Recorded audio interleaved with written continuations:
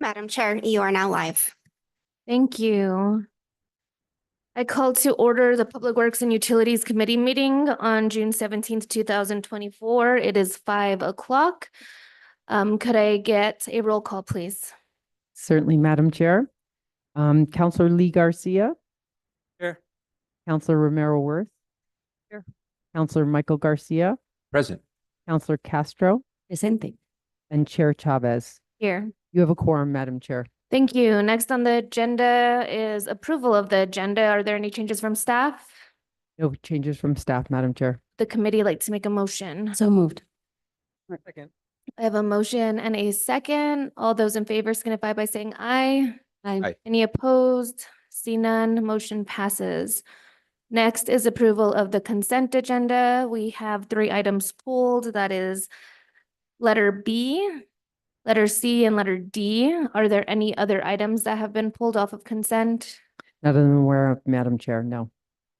All right, is there a motion from the committee? Second. I have a motion and a second.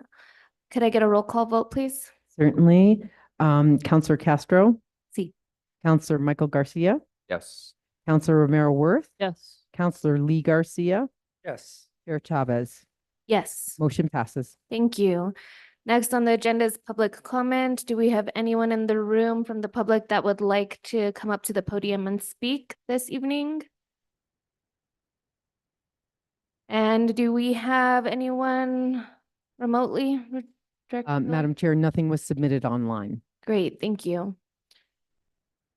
We have no presentation or informational items, so we will move to our first item that was pulled off consent. That was letter B, which is request for approval of amendment number 5 to merchant services monthly subscription fee agreement item number 22-0566 with Paymentus to increase the compensation by $105,000 and to extend the termination date to June 30th, 2025.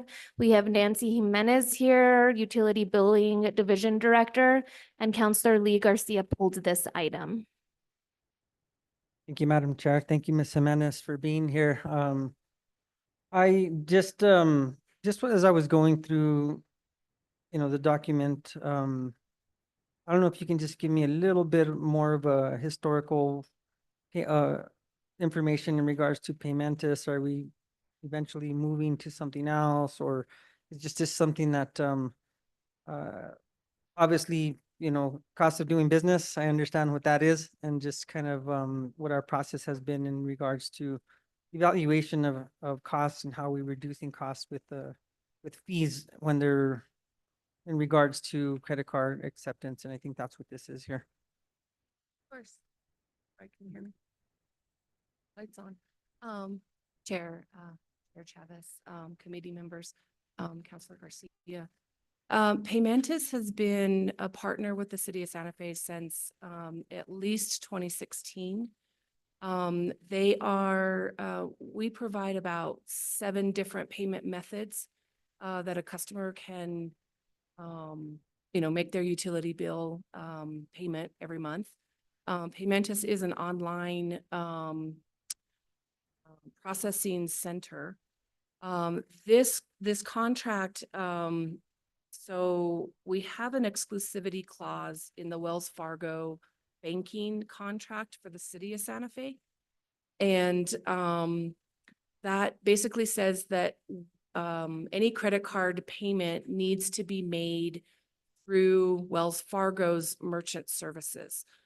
Right now, I cannot remember their company name. I don't know if it's One Solution or which merchant service company they use, but it is exclusive to the cities and to the city's contract under the banking agreement through finance. So what this is Paymentus uses a different source for those credit card payments. And of course, they are missing out on the charges for those merchant service charges. So that's what this $7,000 subscription fee is as long as we use Paymentus and the exclusivity clause in Wells Fargo stands, then they are in theory losing out on their merchant service charges. So that is one of the reasons why we have to bring this forward. You are correct in that when we do our modernization of our billing system, there could potentially be different companies that might be vying for the right to assist us with any other payments. We may keep Paymentus, and there may be 3 or 4 other different avenues for individuals or utility customers to make payments. So right now, we are with Paymentus. It is for the next fiscal year. But yes, that may change with any and all modernization that we do to our billing system and or any of the utility phases that we have moving forward. Thank you, Ms. Hernandez. I guess my question would be then to follow that up is, does the 7,000 then relieve us of our contract liability with the merchant services through Wells Fargo, or is it just is it per year, or how is this working? So the $7,000 is per month paid to Paymentus. What's happened this last year is they do charge us for any checks that individuals use through like their banking services, and any debit card that goes through somebody's checking account or savings account. What this 7,000 does is it makes up the difference of the merchant services that Wells Fargo actually is paid when those credit cards are used through the Paymentus online payment system. They can't charge us. Paymentus for the last year has been charging us anywhere between $4,400 and down to like $3,300 a month for those transactions that were done through debit cards and or checks, anything that anybody was using their bank account, their savings account or their bank account to automatically have the payment pulled out. But if an individual used the credit card, then Paymentus would have to send that through Wells Fargo's process and through their merchant service. And Wells Fargo, of course, accepts that and charges those fees to the city, and they keep those fees. They don't give them back to Paymentus.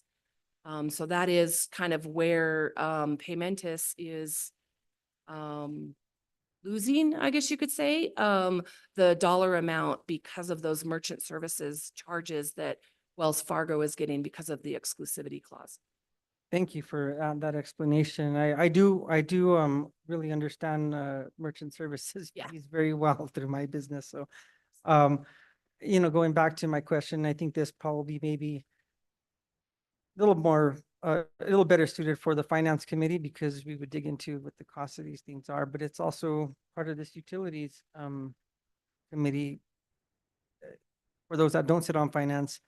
But in regards to fees, do they offer any type of ability to add a fee that the customer pays instead of the city of Santa Fe? Because most of the fees, the higher fees, are tied to rewards cards and cards that cost. I'll give you an example. In my business, people use a card. If it's an American Express, it's 4%. Well, I was paying the 4%. There's programs out there now that if that customer has an American Express, we let them know this fee is going to be your fee now, not my fee, or talk to American Express and let them cover this fee for you, because there's a lot of rewards tied to those. So those cost us more. And when we're providing a service to the customer, as we are here from the city, should we be incurring those fees? And so I don't know if that's something that's been investigated. It's something that I think is worth looking into to see what's allowable and what's not. I don't know if it's different from a municipality government standpoint, but there's laws out there that allow you to do things and don't do things as long as there's a disclaimer and so on and so forth. I think that's just mostly a comment, or maybe if you do have a response to that, maybe you go ahead and elaborate for a couple minutes.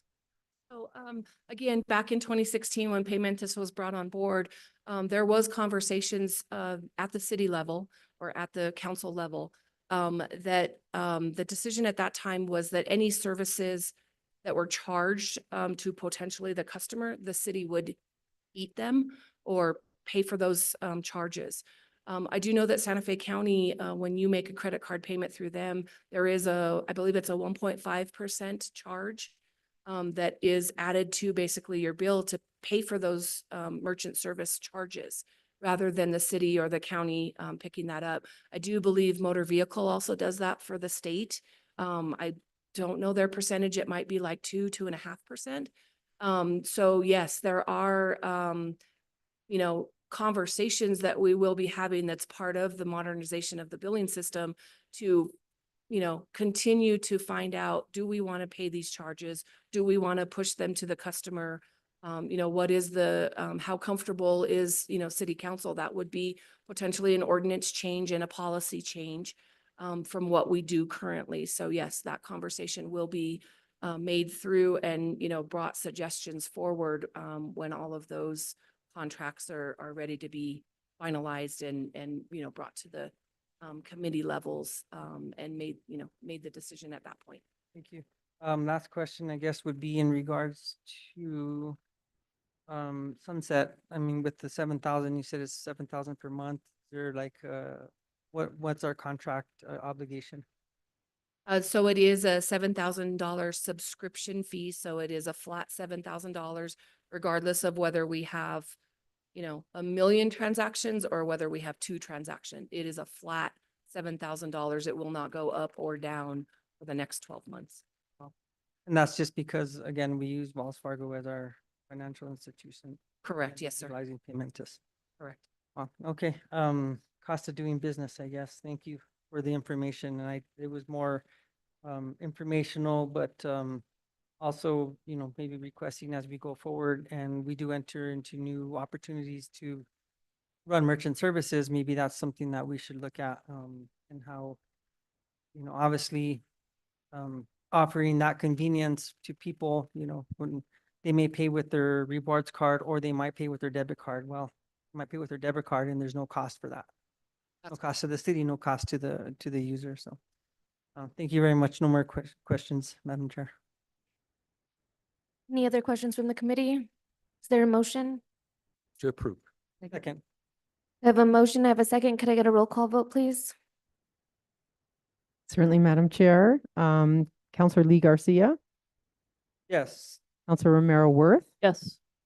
Counselor Michael Garcia, Yes. Counselor Castro, Yes. Chair Chavez. Yes. Motion passes. Thank you. Thank you for being here, Ms. Jimenez.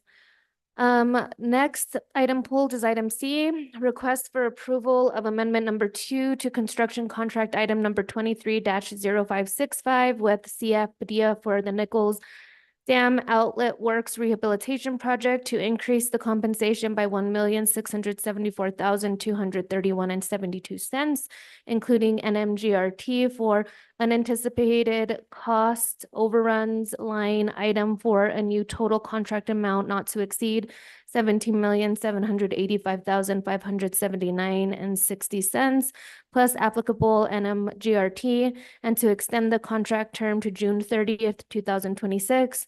This comes with a request for approval of a bar amendment resolution, a budget amendment resolution. So a bar in the amount of $1,674,232, including NMGRT from the Water Enterprise Cash Fund to Water WIP construction for the Nichols Dam Outlet Works Rehabilitation Project. And we have Taylor Jurgens here. John Delmar. Thank you. John here to help us with this question, and Counselor Lee Garcia, you pulled this item. Thank you, Madam Chair, and thank you, Mr. Dalmar, for being here.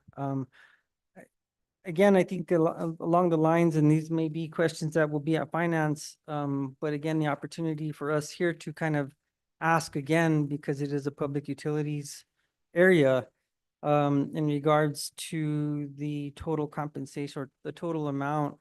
And I think we've increased this a couple of times, or at least once already, have we not?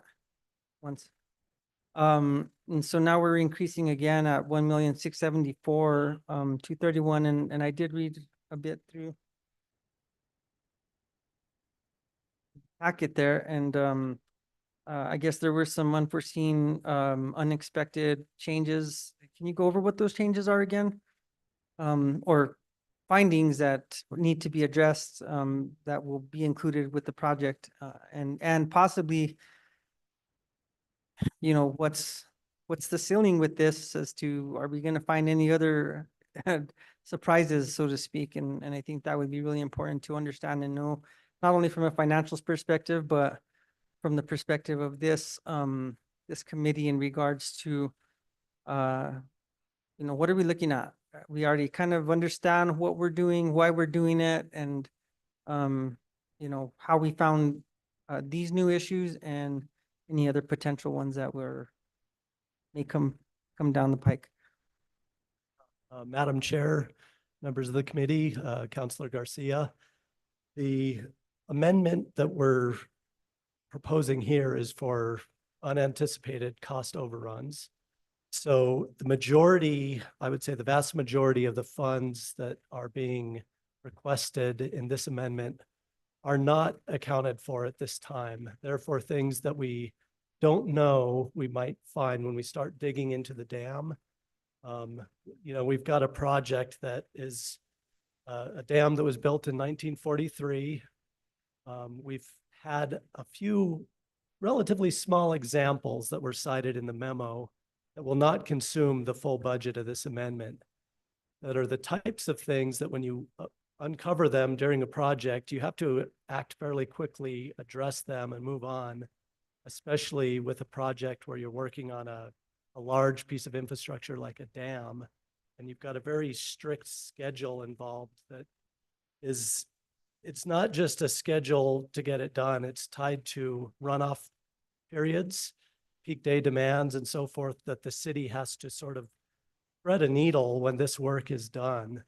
So this allowance is there so that when we start digging into the face of the dam and we're uncovering this 1943 infrastructure, we might find things that we will not have the luxury of going in and amending the contract, which is a, you know, an 8-week or more process to bring the funds in to address those. So the unanticipated cost overruns would allow the project management team all the way up to the water division director level to review and approve work tied to the overall scope of the project that was unanticipated when the plans were made.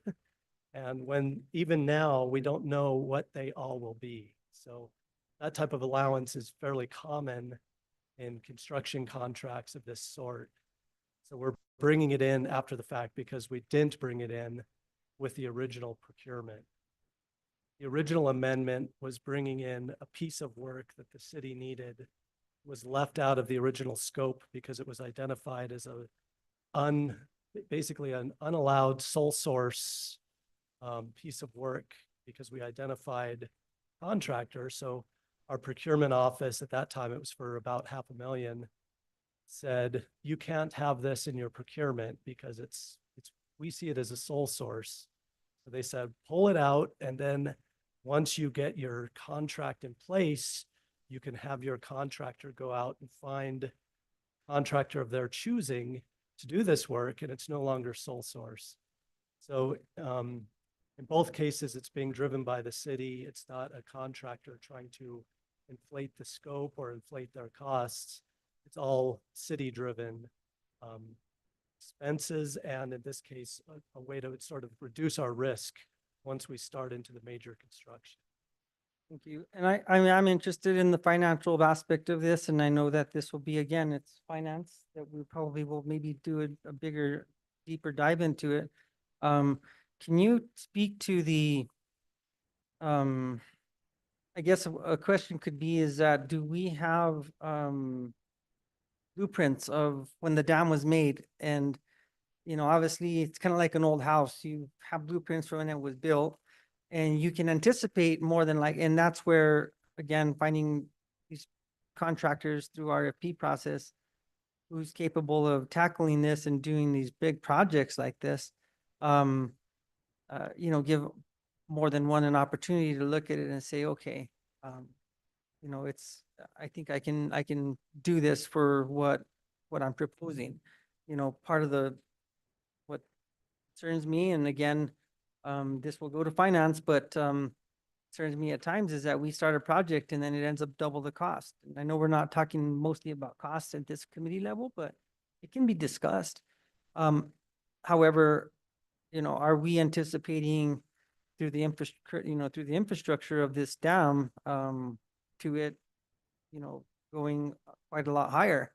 And are there going to be any more coming, to us as increases? We anticipate that. And the reasons why, again, talking to the infrastructure of the dam, I know it was built, 70 years ago? I know we were addressing the pipe, the main pipe, and that was the major project of it. But then, why are we finding potential more things? And I think these are things that may have been identified in the get-go. It's just, you were speaking to the financing part of it. And so you got an approval for X amount, and now you already had anticipated increasing it. And now we're there again. And so are we going to be there a third time? I guess is where where I'm going. Yeah, Madam Chair, Councilor Garcia, we do not anticipate any further amendments needed for this contract. The amount that we're adding now is 10% of the base bid, which is a typical unanticipated cost overrun allowance. At this point, we would expect most of that not to be spent. But again, these are things that we can't really anticipate. The kinds of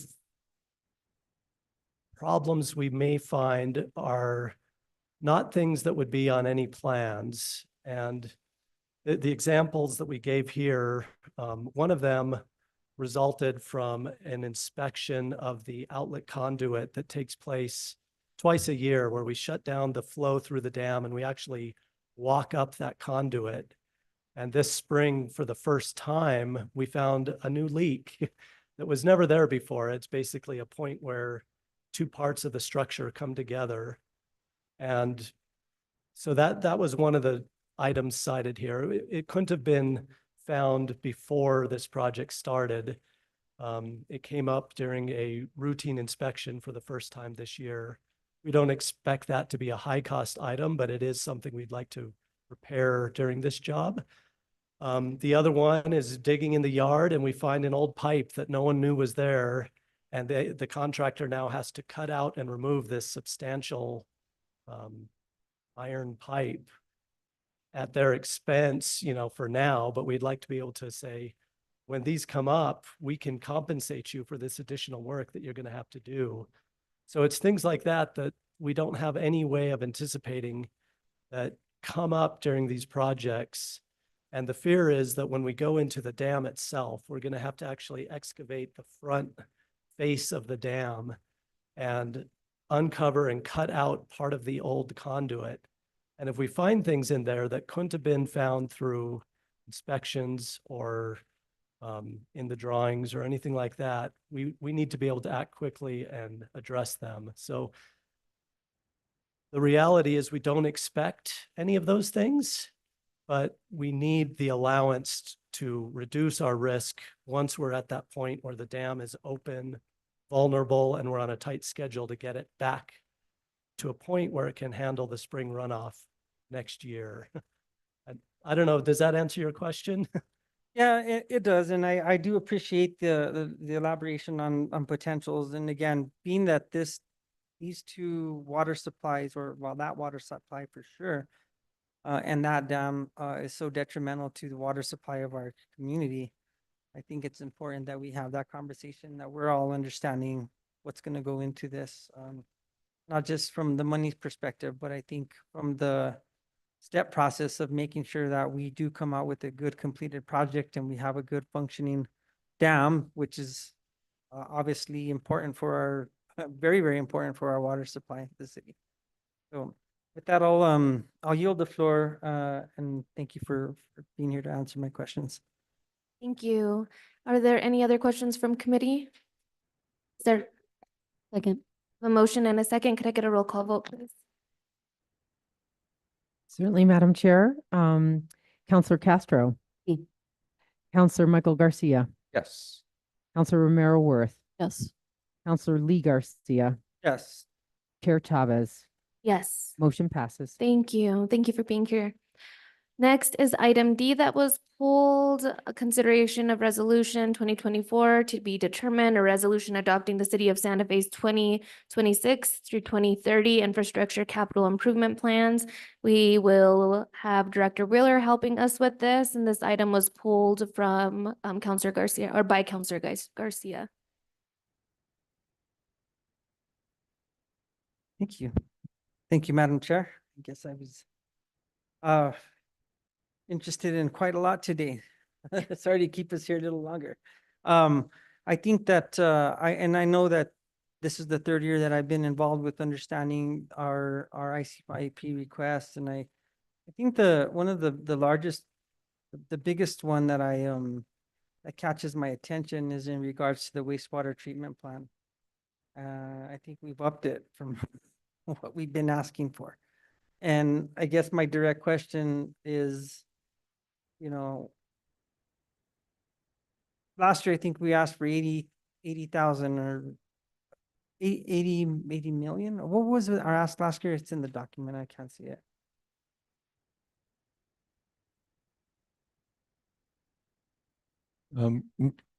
Madam Chair, Counselor Garcia, I believe the amount was 87 million.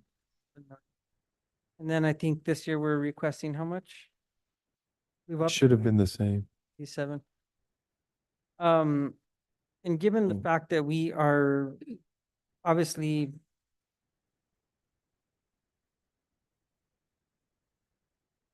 pull it up now, thank you. Blame alas, it was increased.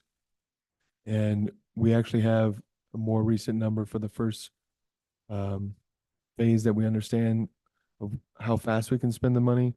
So we adjusted for that. And that's why I said the 104.5 million with 4.5 million in 2026 and then the 100 million in 2027. And that coincides with the amount we're asking for in the Clean Water State Revolving Fund requests for loans. So those are the low interest loans that ultimately, if we get a line of credit for them, we don't have to take the loan until the reimbursement is needed to the contractor. So it's really deferred. And if we get any grant funding that can subsidize the need for that loan, we don't have to take that portion of the loan. So they So- work really well hand in hand. Well, I guess my questions are leading up to, if we are to get money, I'm sure last year we only, received a very small portion. That's correct, 1.6 million. And so, going back to what is becoming pretty much a very big, very large issue in our community in regards to the wastewater treatment plant. We've talked about many things in regards to what do we do with it? Do we rehabilitate the one that we currently have, or do we go into building a whole new one? The likelihood that we receive funds in as much as what our ask is probably it's not going to happen. And so when we do receive the money, are we looking, what areas are we looking at throwing that at to our current situation to fix some of the issues that we're having? Madam Chair, Councilor Garcia, can you repeat the question? So, again, in anticipation of, I know these are just asks and nothing is guaranteed. But we're obviously focusing on trying to get state funds. What did we do with our last year's money? Because we have a time frame to spend it by. And what would we anticipate doing with the money that would be getting if we were granted any money from the state through this request? So one of the things that we know we'll need to do is the design. So just starting on the design, that's why the first year is 4.5 million. We anticipate we need at least that much for the design expenses, even if it's just the preliminary design on either rehab or reconstruction.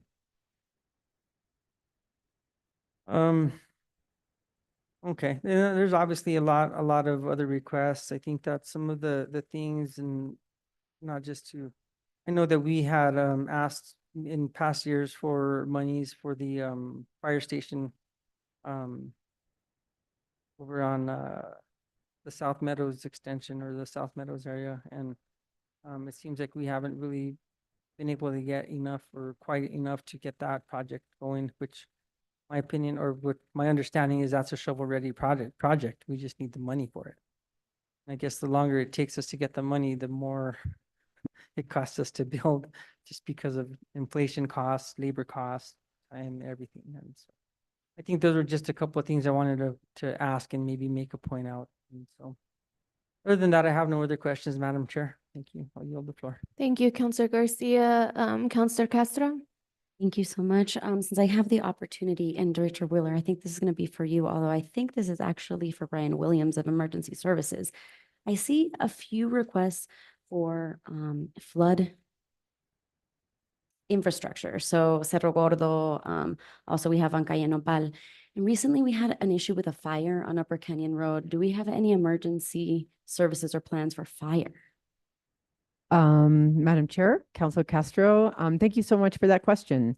Actually, those flood items that you see on the ICIP are actually really critical infrastructure like dams and bridges and roads. Cerro Gordo's never been engineered for drainage. It's never been paved. So this project has been on our list for 4 years now, maybe, to really engineer that road. There's houses that are down below the grade of the road. We really need to.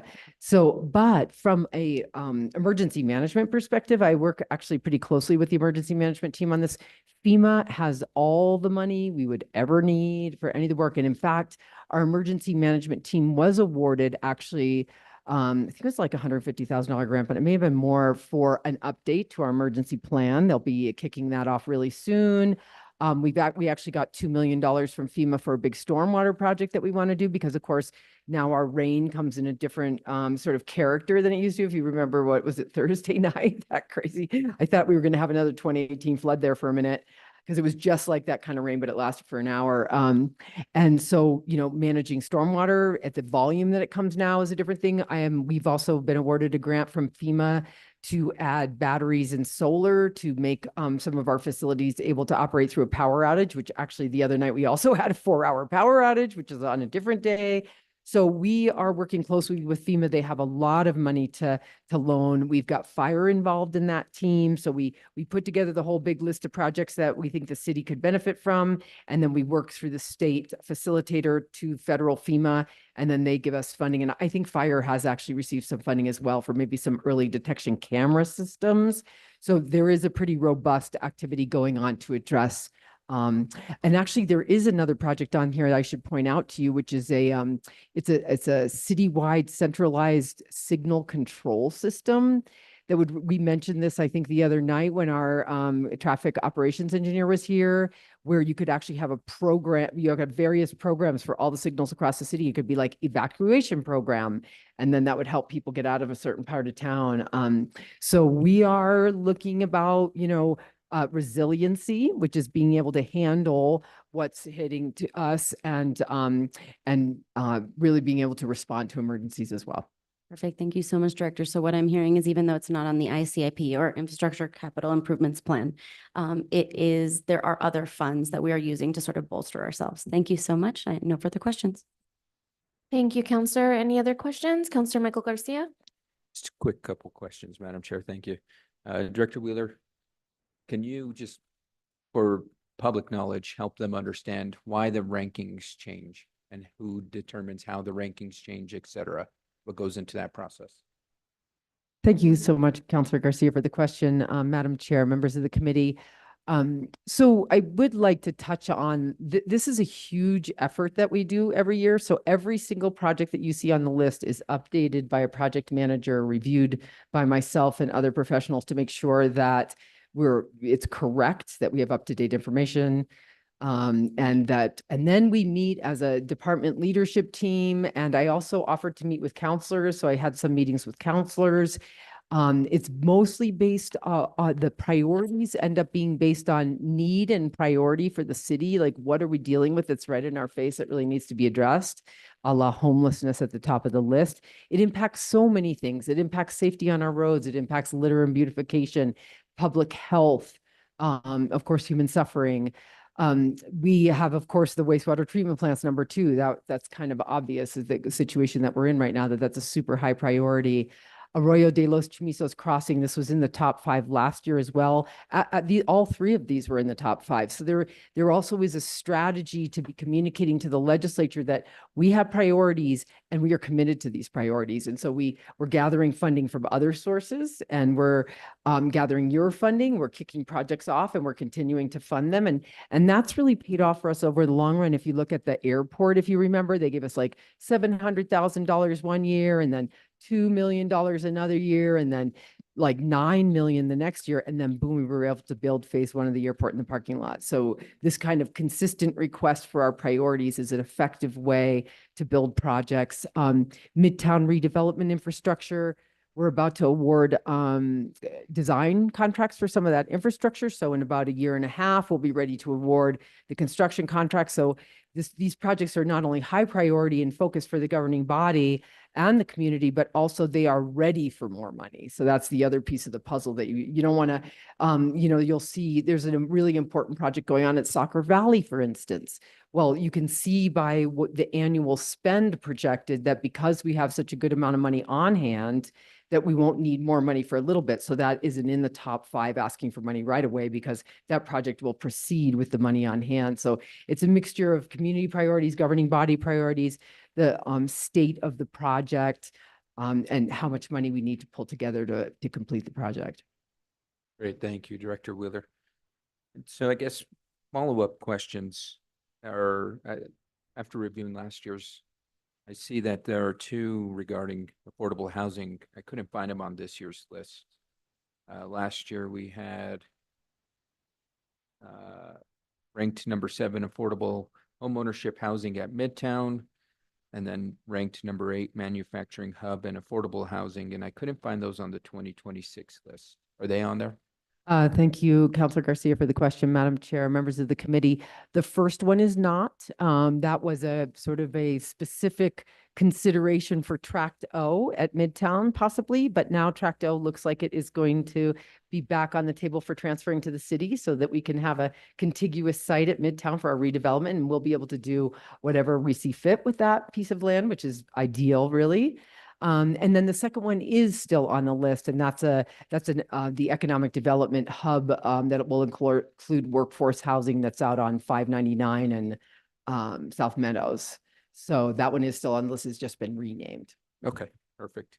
Then just last comment, I don't know if the list needs to be updated. Director Dupuy earlier mentioned the wastewater treatment plant had at least got 1.6 million, and it's 0 on the list on number 2. So I don't know if we want to change that.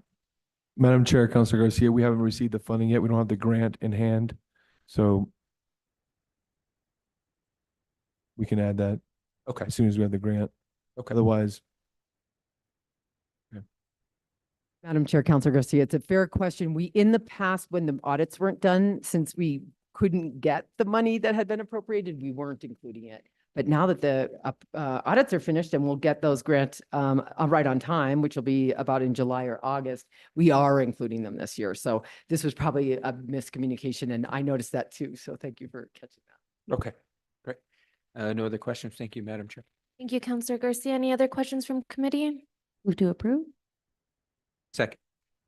I have a motion and a second. Could I get a roll call vote, please? Certainly, Madam Chair. Let's see. Councilor Lee Garcia, Yes. Councilor Romero Worth, Councilor Michael Garcia, Yes. Councilor Castro, E. and Chair Chavez. Yes. Motion passes. Thank you. Next on our agenda is matters from staff. Any matters from staff today? No matters from me, Madam Chair. Thank you, Director. matters for me, Madam Chair. Thank you. Matters from committee. Are there any matters from the committee this evening? Happy Juneteenth. Thank you, Counselor Castro. No other matters, it seems. Matters from chairs. Our next meeting is Monday.